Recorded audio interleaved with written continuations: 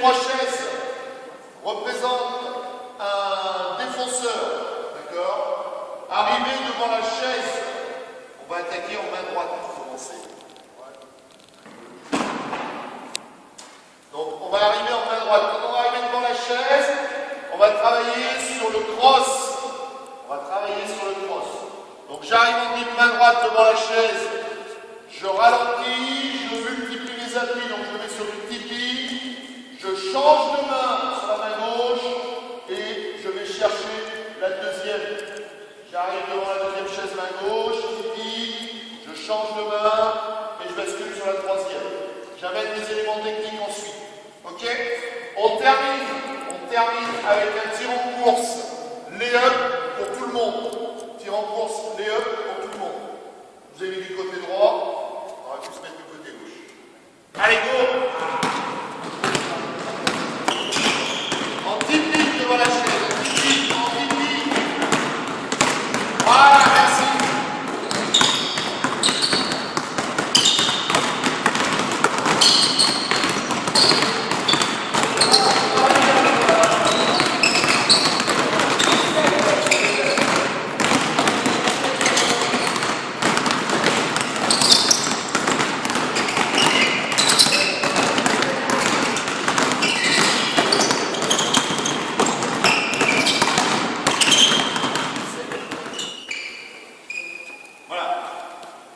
Très simplement, vous avez déjà entendu parler de ça, vous avez réentendu parler de ça il y a 10 minutes. Donc effectivement, tout le monde a réussi à passer la balle en dessous le genou.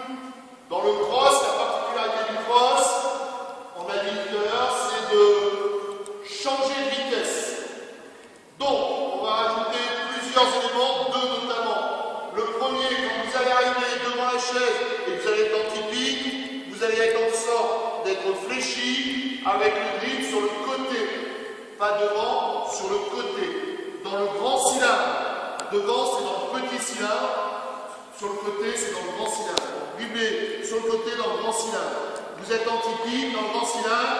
Vous passez la balle en dessous. Quand elle arrive dans votre autre main, dans la main gauche, vous allez vous grandir pour attaquer avec l'appui opposé, comme sur un départ croisé. D'accord? J'arrive main droite, j'écarte, je typique, je place en dessous, je grandis et je rattaque sur un départ croisé. Ok? C'est bon pour tout le monde? Et non, je vais raconter. Parti.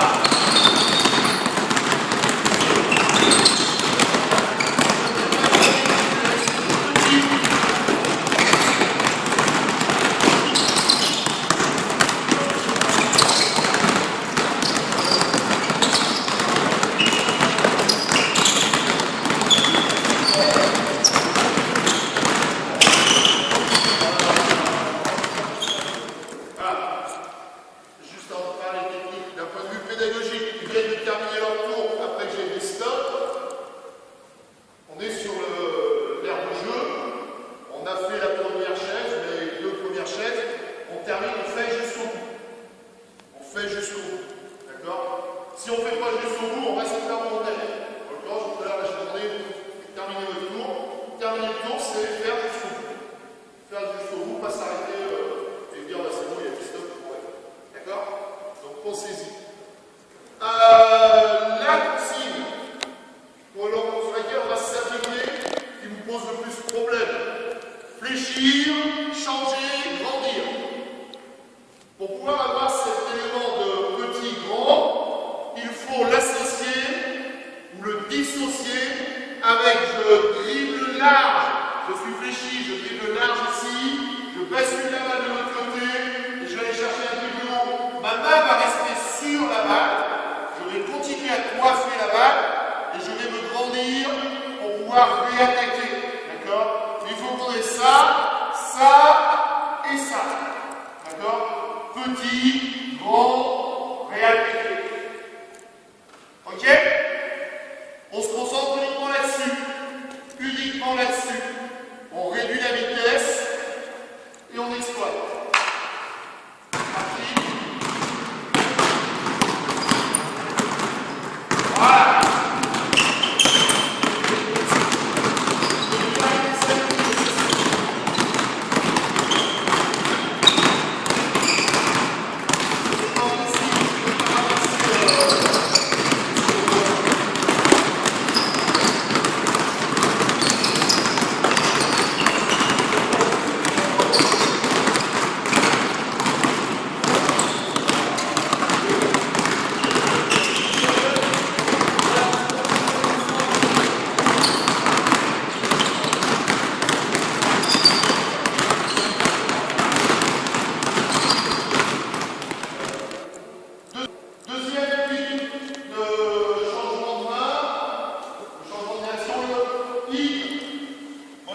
Après parce qu'il ressemble beaucoup au cross, mais il est complètement différent. La première différence, sur la ligne, il n'y a pas de changement de vitesse. N'allez pas dans un premier temps à 200 à l'heure, ça ne sert à rien. Chacun a sa vitesse, mais par contre, il faut garder sa vitesse. Il faut garder sa vitesse. Quand vous allez arriver à proximité de l'adversaire, en l'occurrence la chaise, sur le in, il va falloir accompagner votre balle pour que d'un dribble ici, légèrement derrière vous, ça bascule sur un dribble qui passe par devant. Attention, attention. Dès que vous allez voir des jeunes joueurs, c'est ce qui va se passer automatiquement. La main va passer dessous, on va la ramener. Il ne faut pas sur le in que la balle dépasse la hauteur des épaules. Elle est ici, je l'enlève, elle n'a pas dépassé la hauteur des épaules. Ok? Changement d'appui en même temps. Là, je protège et je continue. Pas de changement de vitesse. Pas de main qui passe sous la balle. Donc pas de balle qui monte au-dessus des épaules pour jouer. Là, je l'emmène à hauteur. C'est bon? C'est parti.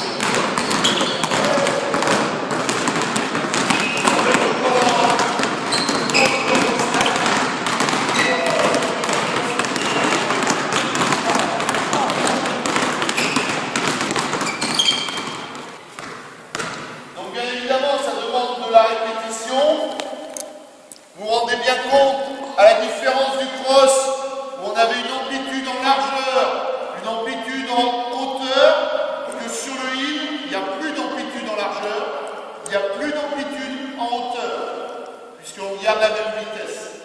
L'idée, là, c'est d'essayer de faire au moins sur une traversée à la plus grande vitesse possible pour chacun. Ok? À la plus grande vitesse possible pour chacun. La consigne primordiale sera de ne pas effectuer de portée de balle, qui n'est pas forcément la plus. On termine toujours avec un lay-off. On ne change pas de tir en course. C'est parti.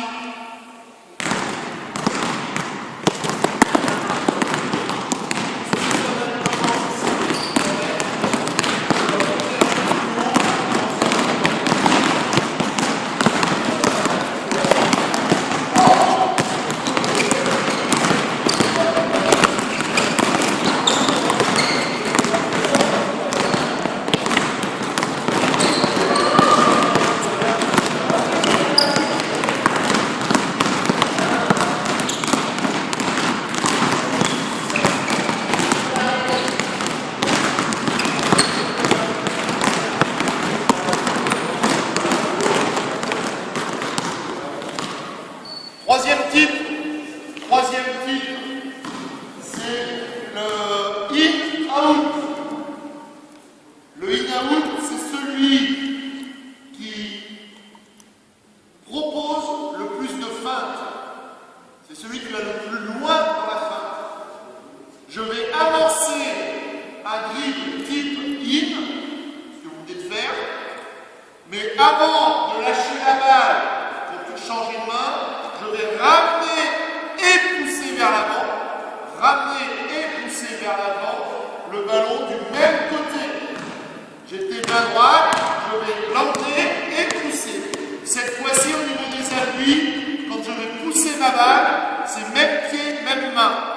Jusqu'à présent, on était en pied-main opposé, on va dire à la sortie du changement. Là, on ne peut pas dire qu'il y a changement, donc on reste sur même pied, même main. Ok? Même pied, même main. Go! Avec de la profondeur au sortie du but. C'est la balle vers l'avant.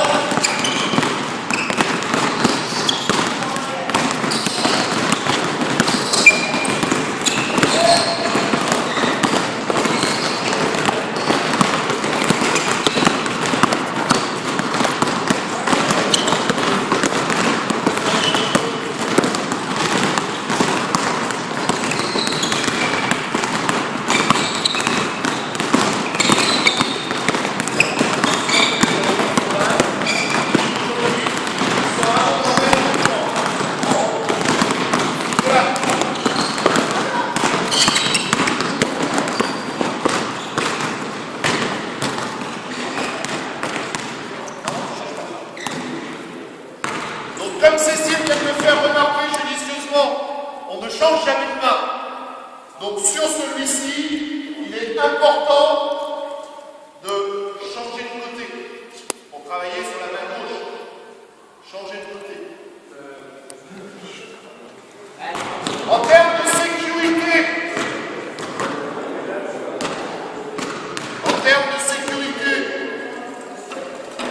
changer les chaises de positionnement. C'est toujours sans être idéal, c'est quand même vachement mieux de les avoir le dossier face au joueur qui arrive.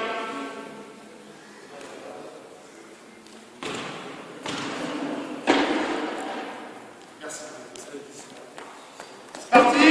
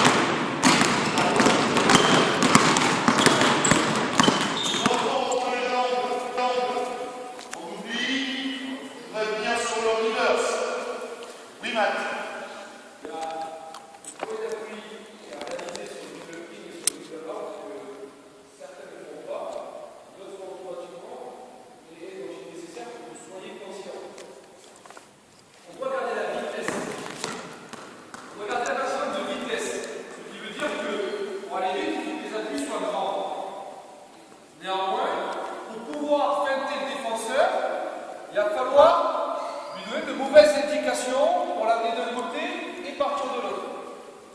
Donc il va falloir aussi à un moment donné raccourcir ses appuis. Pas non plus faire des petits pas. C'est trop petit, je vais trop ralentir. Donc sur le dribble in, sur le dribble out, à un moment donné, si par exemple j'attaque la chaise de cet angle-là, il va falloir que je le fais sans dribbler pour que vous voyez bien. Quand je cours ici, je sois sur des petits pas là. D'accord? Donc raccourcir juste avant là. Donc sur le dribble in, je vais faire ça. Ici. Petit et grand derrière. plus petit et grand derrière de suite. Et dribble out, c'est pareil, je vais venir ici, dribble out, ici, et vous poussez. D'accord? Donc regardez l'explosivité. Si je fais tout sur des grands appuis, je ne vais pas pouvoir changer de direction trop facilement. Donc il va falloir, il faut jouer sur la longueur des appuis. Et en même temps, manipuler la balle. Certains le font, d'autres ne le font pas. Ce que j'ai pas dit tout à l'heure, je permets de rajouter la prévention de Mathias, c'est que cherche-t-on quand on réalise ces actions-là offensivement? Déborder le défenseur. C'est-à-dire que dans l'absolu, c'est quelque chose qui s'arrive pas souvent, mais dans l'absolu, c'est quoi l'action du défenseur qui doit se produire? C'est un week-end. Dans l'absolu, l'absolu. Mais il ne bouge pas. Alors, il ne bouge pas, mieux encore. Mieux. Il tombe, il est sur cul. L'idée, elle est là, hein. Cadrage, débordement. L'idée, c'est que le défenseur, il soit sur le cul par terre, que vous puissiez arriver sereinement. Avec les défenseurs pas équipés complètement. Alors après, effectivement, ce qu'on va trouver le plus souvent, ça va être de le laisser sur place. Donc voilà. Sur le reverse, je vais on va réduire complètement la vitesse. Sur reverse, on va aller dans l'apprentissage. On va commencer par l'apprentissage. Après, vous ferez la vitesse que vous voulez. Dans l'apprentissage, je pense, ça n'engage personne d'autre que moi, je pense qu'il faut changer de main dans l'apprentissage du reverse. La chaise est intéressante dans la mesure où, quand je dribble main droite, ici, je vais aller faire un reverse, je vais me stabiliser en ayant les appuis décalés et en mettant un pied entre les deux autres pieds de la chaise. Un appui entre les deux autres appuis de la chaise. D'accord? Donc ça, c'est la première chose. La deuxième chose, c'est que si je veux travailler le reverse plus aisément, c'est dans l'apprentissage, je ne mets pas mes chaises alignées, mais je les mets en slalom géant. D'accord? C'est-à-dire qu'ici, quand je vais arriver main droite à droite, je fais un quart de tour. Ici, je vais avoir fait pivoter pour aller me diriger vers l'autre chaise. Flexion, je l'ai écrit sur l'ensemble des cases. C'est forcément la. J'arrive ici, fléchis, protection du ballon, je renverse, je vais vers le ballon est plus devant. Pour ça, tout à l'heure, Laurent, je sais pas, je vais le là-bas, que je disais que sur le reverse, on n'a pas de mouvement comme ça. Ça, c'est un mauvais reverse. Oui, mais c'est bien. Il y a bien un changement, il y en a contrairement à l'autre, donc tout ça. Alors après, on va peut-être avoir le reverse à une main, et je vais tirer.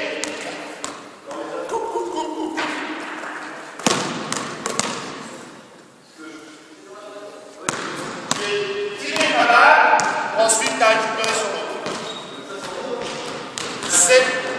C'est un tirage. Non. La main reste dessus. Ma main, là, je suis sur la main droite. Je reste main droite. Et c'est qu'à la fin que je change. Au lieu de faire ça. Ça, c'est pour des balles. Ok?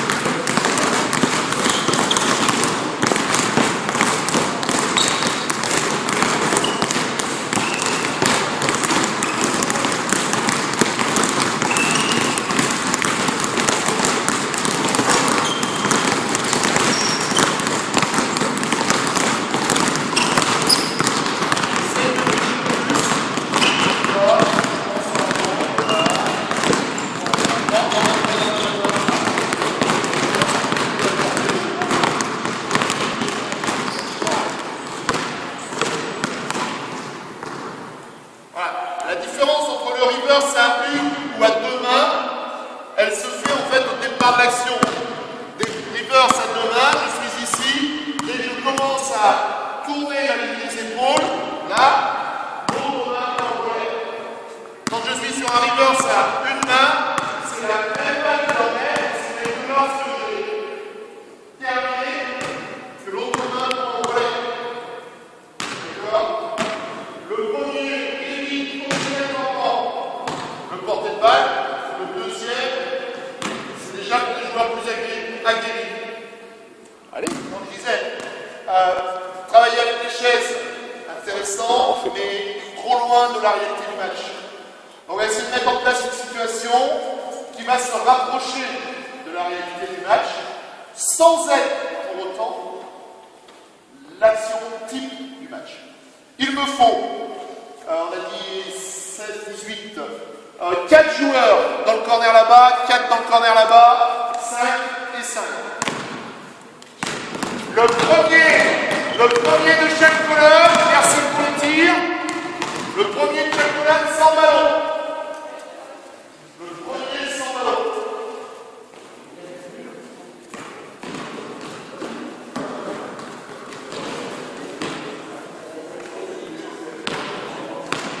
Sans ballon, tu vas avancer dans le rectangle bleu qui est limité. Très ici, très ici, très ici, ligne de touche. D'accord? Pareil de l'autre côté, pareil là-bas, pareil là-bas. C'est une situation qui est irréalisable sans échauffement préalable. Impossible de réaliser cette situation sans échauffement préalable. Clair, net et précis. Trop dangereux.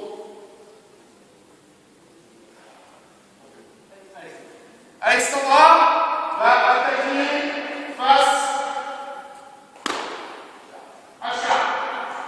Oh bien. Ah, ça prend la même chose. Voilà.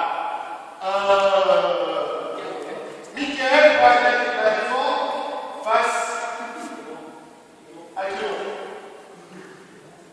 Même chose de l'autre côté, Robin face à Raphaël. Bermu, donc Raphaël face à Cécile.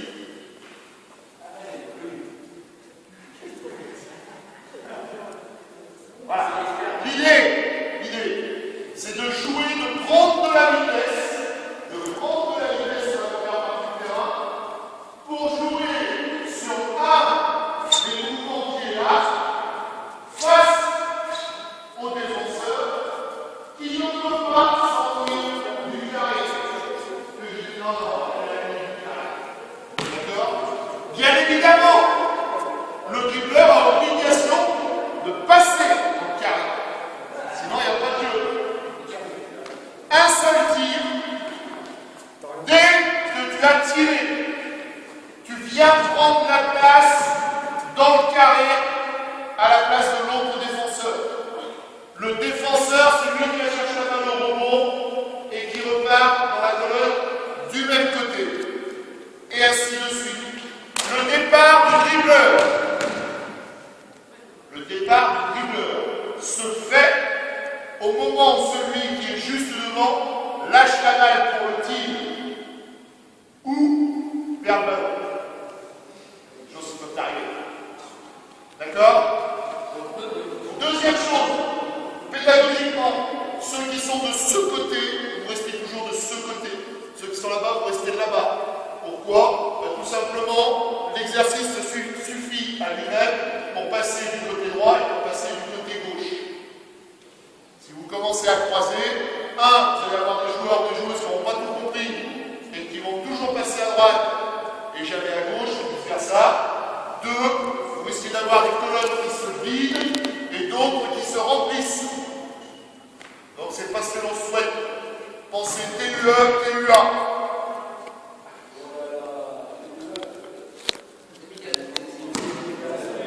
Démonstration. Je suis là, le premier, juste une démonstration, prendre de la vitesse, travailler. Alors, on reste dans le carré, les défenseurs. Et t'attirer, tu prends sa place, tu récupères la balle, et ainsi de suite.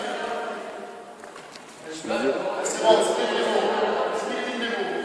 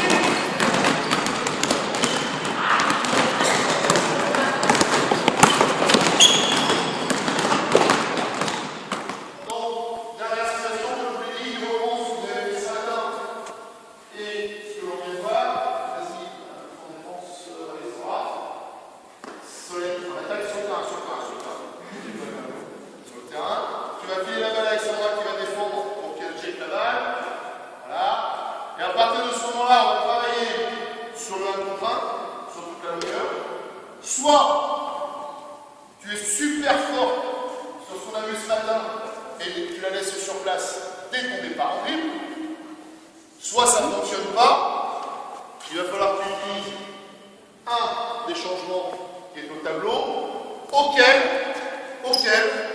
tu vas forcément rajouter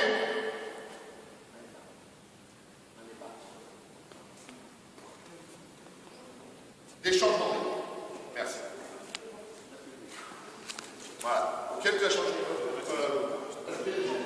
J'ai mis sur l'axe du terrain des plombs avec les plus jeunes joueurs, c'est obligatoire.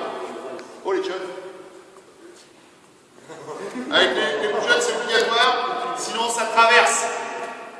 Ça traverse danger. D'accord? Deux possibilités de travail. Les deux départs se font ici et ils vont passer là-bas. L'intérêt, c'est qu'on est tous dans le même sens et on sait qu'on connaît ce travail à droite, on connaît ce travail à gauche.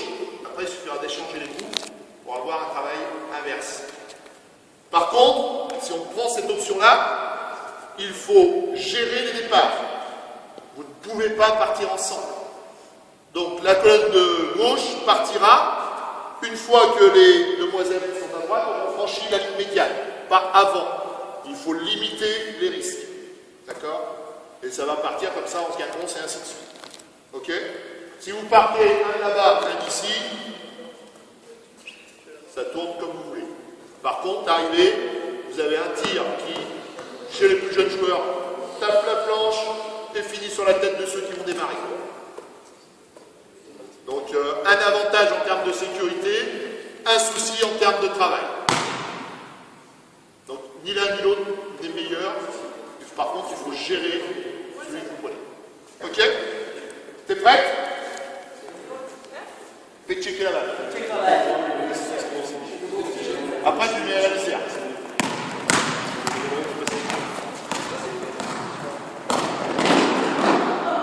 Il fallait partir là. C'était l'exemple. C'est parti, on enchaîne maintenant. On enchaîne.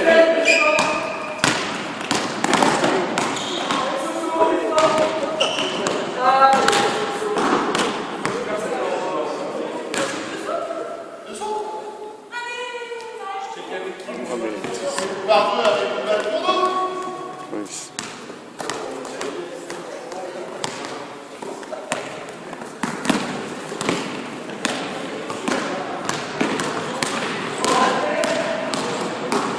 Et dans l'autre sens, Steph. Et dans l'autre sens,